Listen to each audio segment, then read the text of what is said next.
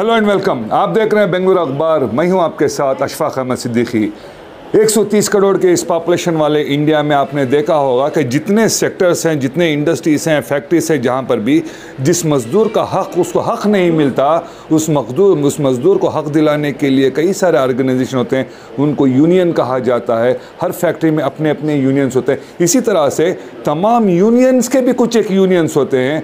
ऐसी एक यूनियन है FITU, जिसे federation of international trade union कहा जाता है, जो पूरे इंडिया में है। कोयम्बतूर से ऑपरेट करते हैं, चेन्नई, दिल्ली में इनकी हेड ऑफिस है, चेन्नई में इनकी रीजनल ऑफिस है, कर्नाटका में भी इनकी ऑफिस है।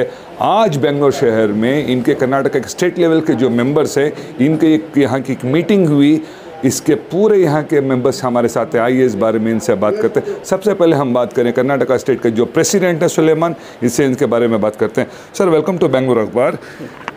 FITU ಇದರ ಮುಖ್ಯ ಉದ್ದೇಶ ಏನು? ಸರ್, FITU ಅಂದರೆ ಈ ತುಳಿತಕ್ಕೊಳಗಾಗಿರುವ ಕಾರ್ಮಿಕರು, ಆಮೇಲೆ ಈ ದೌರ್ಜನ್ಯಕ್ಕೊಳಗಾಗಿರುವಂಥ ಕಾರ್ಮಿಕರು, ಇವರ ಪರವಾಗಿ ಕೆಲಸ ಮಾಡಲಿಕ್ಕೆ ರೂಪುಗೊಂಡಂಥ ಒಂದು ಸಂಘಟನೆಯಾಗಿದೆ ಮತ್ತು ಯೂನಿಯನ್ ಆಗಿದೆ FITU. 2014ರಲ್ಲಿ ಸೆಪ್ಟೆಂಬರ್ 25ರಂದು ಇದು ಆರಂಭವಾಗಿದೆ. ಇಂದಿಗೆ 8 ವರ್ಷವಾಯಿತು. ಈ ರೂಪದಲ್ಲಿ ಎಲ್ಲ ಕಾರ್ಮಿಕರಿಗೆ, ಅದು ಯಾವುದೇ ಒಂದು ವಿಧದ ಕಾರ್ಮಿಕ ಅಂತೇಳಿಲ್ಲ, ಎಲ್ಲ ಕಾರ್ಮಿಕರನ್ನು ಇದು ಮಾಡಿ ಎಲ್ಲ ಕಾರ್ಮಿಕರು ಬೇಕಾದ ರೀತಿಯಲ್ಲಿ ಅವರಿಗೆ ಕೆಲಸ ಮಾಡ್ತಾಯಿದ್ವಿ. ಪ್ರಾಮಾಣಿಕವಾಗಿ ಅವರ ಹಕ್ಕಿಗಳಿಗೋಸ್ಕರ, ಅವರ ಸವಲತ್ತನ್ನು ಪಡೆದುಕೊಡುವ ಉದ್ದೇಶಕ್ಕೋಸ್ಕರ ಇದು ಕೆಲಸ ಮಾಡ್ತಾ ಇದೆ ಯೂನಿಯन। ओके, हमारे साथ इस संस्था के नेशनल वाइस प्रेसिडेंट भी हैं GD नदाफ साहब। आपने इनको कई सारे पैनल डिस्कशन टेलीविज़न मीडिया में देखा होगा। हर सब्जेक्ट पे बात करते हैं। बेंगलोर के रेसिडेंट भी हैं। आइए इस बारे में इनसे बात करते हैं। सर, सबसे पहली चीज़ आपसे ये जानना चाहता हूँ, जितने ट्रेड यूनियंस इंडिया में होते हैं, ये लेफ्टिस्ट आइडियोलॉजी के साथ ज़्यादा काम करते हैं। इसके बारे में आप क्या कहेंगे? ऐसा कुछ नहीं है। ट्रेड यूनियन का अननेचुरली वो लेफ्टिस्ट कर बोलता है। ऐसा में बैंकों में देखो, बैंक में मैंने बैंक में यूनियन में था, ऑफिसर्स यूनियन में था। हमारा majority union, we were commanding more than 90% of the membership, but we are not affiliated to any political party. But ये ऐसा होता था कि जब जब हमने अपॉइंटमेंट पूछते थे प्राइम मिनिस्टर से, फाइनेंस मिनिस्टर से, वो कांग्रेस वाले पहले, अभी BJP वाले, वो यही समझता है कि आप लोग लेफ्ट पार्टी वाले हैं, लेफ्ट वाले हैं। इसलिए वो that is a wrong notion that it is not necessary that trade union should be left. Perhaps may be trade unions first started in Calcutta and jute industry and all. And Calcutta is from the last so many years it was led by the left party only, either AITU, CITU, whatever it is, even in the Kerala also. So it is not necessary that a trade union means not a left party. There are certain trade unions which are not affiliated to any political party.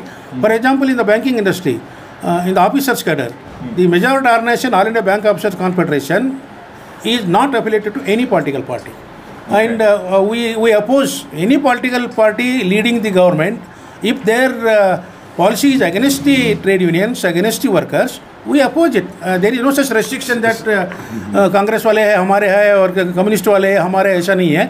For us, government is government and trade union is trade union. Sir, हमने हमेशा देखा है कि जितने trade unions national level पे हो या state level पे जो काम करते हैं, जब भी कोई सरकार की ऐसी कोई नीति आती है जो लोगों के अगेंस्ट में होती है, आवाज़ तो आप लोग उठाते हो, लेकिन उसका सोल्यूशन होता नहीं है। वो ट्रेड यूनियन जाते हैं, गवर्नमेंट के साथ फिक्सिंग कर लेते हैं। हमने देखा है, इट्स ए रियलिटी, ऐसे देखा। So how effective is FITU in getting the public distribution system?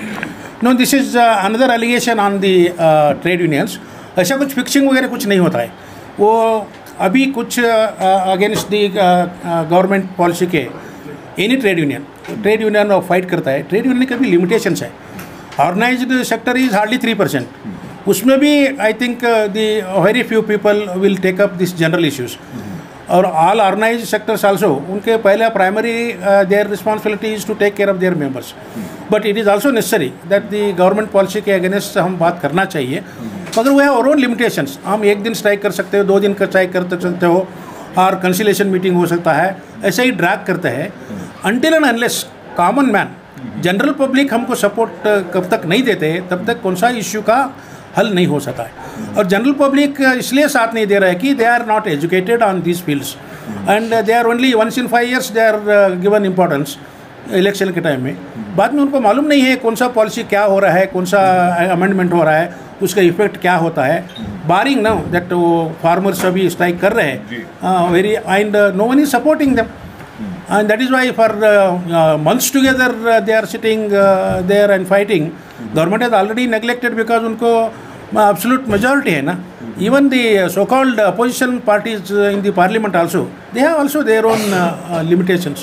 So trade union को जब तक common man, general public support नहीं करते any issue, तब तक ट्रेड यूनियन को वो सक्सेस नहीं मिलता है. और अनदर रॉन्ग नोशन है आपके साथ. अभी ट्रेड यूनियन फाइट कर रहे हैं तो वो कॉमन मैन समझता है कि ये आपके सैलरी के लिए फाइट कर रहा है, ये अपनी वेलफेयर के लिए फाइट कर रहा है. Even if the some issue is common issue, वो समझते नहीं है क्यों स्ट्राइक कर रहे हो, और you are causing inconvenience to the public.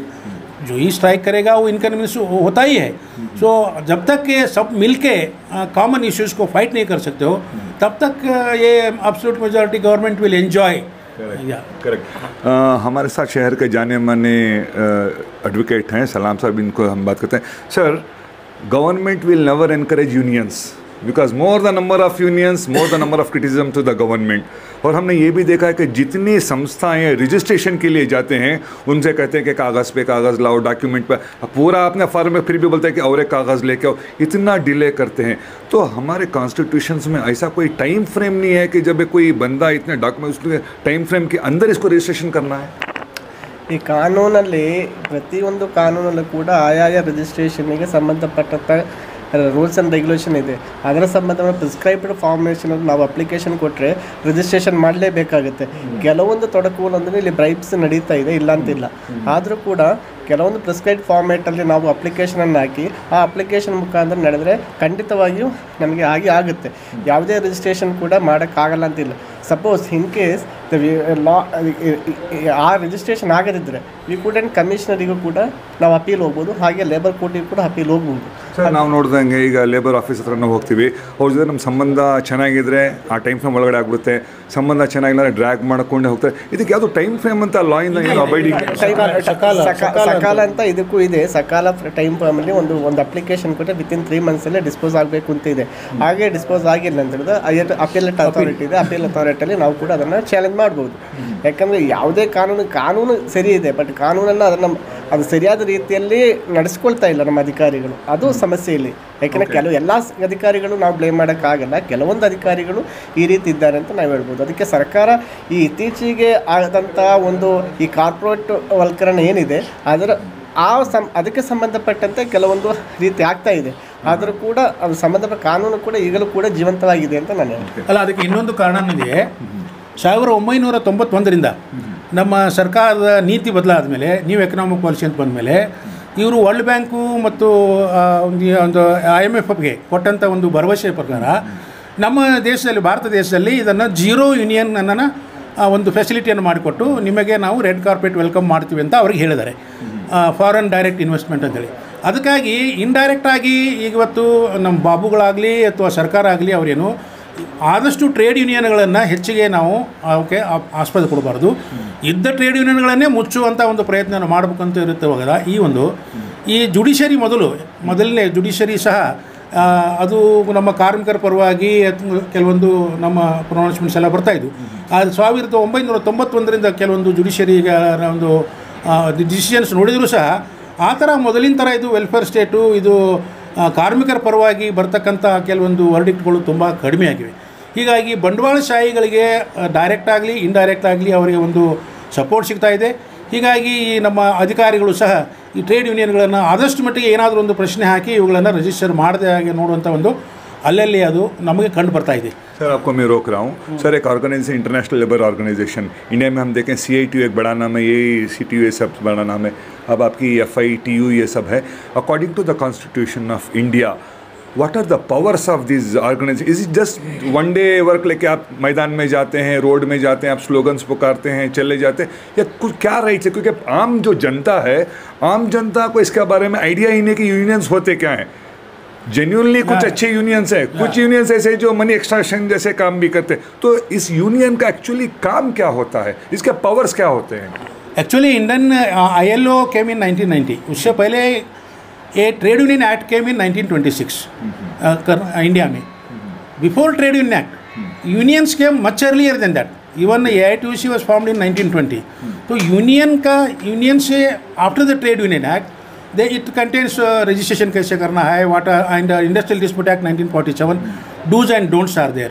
And more than that, you can go to the Constitution of India, which is the mother of all acts. There in the Article 19C of the Constitution of India, which comes under the Part 3 of the Constitution of India, which is called as the fundamental rights, that gives the right to each and every citizen to form union and associations. That is for citizen of India. I'm talking about the unions. Yeah, union ka members be citizen of India first. Okay. Basically, they are the citizen of India. Yes. Thereafter, they are the members of the respective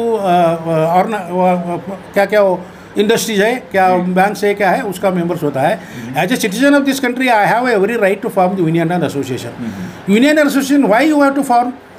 it is not for only tea coffee management के लिए लेने के लिए union नहीं है. Unions are formed only to raise their voice against injustice done to their members, and also to see that the welfare of the members are taken care or not. And so many provisions are there, maybe Payment of Wages Act, maybe Factories Act, maybe other acts. वो उनके जो facilities workers को मिलना चाहिए वो नहीं मिल रहे, तो unions have to raise their voice. Sir, हमारी आम जनता के लिए एक आप इन्फॉर्मेशन ये दीजिए कि आप एक अम्ब्रेला ऑर्गेनाइजेशन यूनियंस के, कोई भी अगर यूनियन बनाना चाहता है तो कम से कम उस ऑर्गेनाइजेशन कितने वर्कर्स का होना ज़रूरी है, ऐसा कुछ है? या इट इज देयर. वो fundamental right gives a right to form union association. वो ट्रेड यूनियन एक्ट में बोलता है any 7 persons can join together and form the union and get it registered. अभी वो अमेंडमेंट कर रहे हो. They say that either 10% of the industry or 100 members, which we oppose. They should sign the on that day meeting notice has to B sign and model bylaws रहता है, and accordingly we have to modify according to the industry. Bylaws रहना चाहिए, meeting में resolution करना चाहिए, office bears का list होना चाहिए. All this with all this forms if you submit to the registrar, he cannot refuse, he can only delay it, but he cannot deny registration. We have with us the National Vice President of FITU with us. Fortunately, he comes from Kerala. And if you know well, Kerala and Kolkata are the place which are the mother of birth for these trade unions. So, sir, you come from Kerala. The Kerala and Kolkata in India, they both call the mothers who give birth to these unions. So largely we see unions are like selfish organizations which only thinks about the employees. They don't think largely about the factories or the income of the revenue. What do you say? That is actually the unions are working for laborers and workers, not as selfish organizations. That is an incorrect word. Okay. Sometimes some unions like that, yes. But FITU and this type of union is working for people's laborers and workers. They were facing so many problems. At least we know about that our Narendra Modi government make amendment in labor's laws. In around 43 laws, that is very fruitful for laborers and workers. But they changed that 43 laws at 4 courts. That is for corporate. Okay. In India, democracy is denied and corporatism is ruling part of India. So that problem is in labor's field. For example, in an organization, 50% of around 10 to 50% persons is in political and social workers.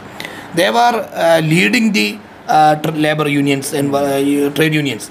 But new amendment, this item is denied. Okay. Cutting this type of rules and regulations. So for this new amendment or for courts, ruling party BJP like to slaving our laborers to corporates. So welfare party and FITU struggle against this type of amendment. Thank you. Our important slogan of third conference is join together against anti-labor codes. This is our slogan of this conference. Thank you.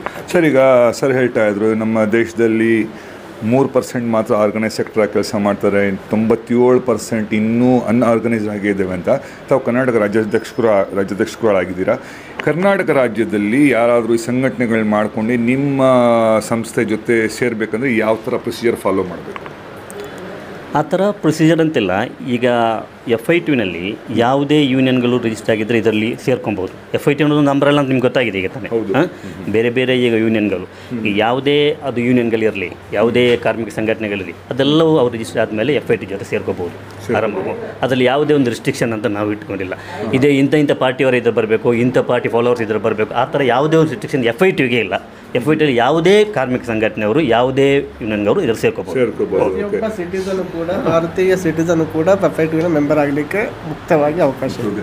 हमारे साथ एक general secretary हैं इसके राजा ने सब sir ಯಾವುದೇ ಸಂಘಟನೆ ನೀವು ರಿಜಿಸ್ಟ್ರೇಷನ್ ಮಾಡಿದಾಗ ತಮಗೆ ಸುಮಾರು ಕಷ್ಟಗಳಾಗ್ತವೆ ನೀವು ಹೇಳ್ಕೊಳ್ತಾ ಇದ್ರಿ. ಅದು ಕೇವಲ ಒಂದು ಜಾಗದಲ್ಲಿ ಎಲ್ಲ ಕಡೆ ಕರ್ನಾಟಕದಲ್ಲಿ ಎಲ್ಲೋದ್ರೂ ಎಲ್ಲ ಆಫೀಸ್ಗಳಲ್ಲಿ ಹೀಗೆ ಸಮಸ್ಯೆ ಇದೆಯಾ? ನಾವು ಪ್ರಾರಂಭ ಹಂತದಲ್ಲಿ ಅವೆಲ್ಲ ಆಗಿದೆ. ಆದರೆ ನಾವು ಈಗ ಬರ್ತಾ ಬರ್ತಾ ನಮಗೆ ಐಡಿಯಾಲಜಿ ಸರ್ಕಾರ ಕಾನೂನುಗಳು ಗೊತ್ತಾದಾಗ ಅದು ನಾವು ಆಧಾರದಲ್ಲಿ ಏನಪ್ಪ ನಾವು ಪ್ರಶ್ನೆ ಮಾಡಿದಾಗ ಇಮಿಡಿಯೇಟ್ ಆಗಿ ಆಗುವಂಥ ಒಂದು ಇದು ಆಗಿದೆ.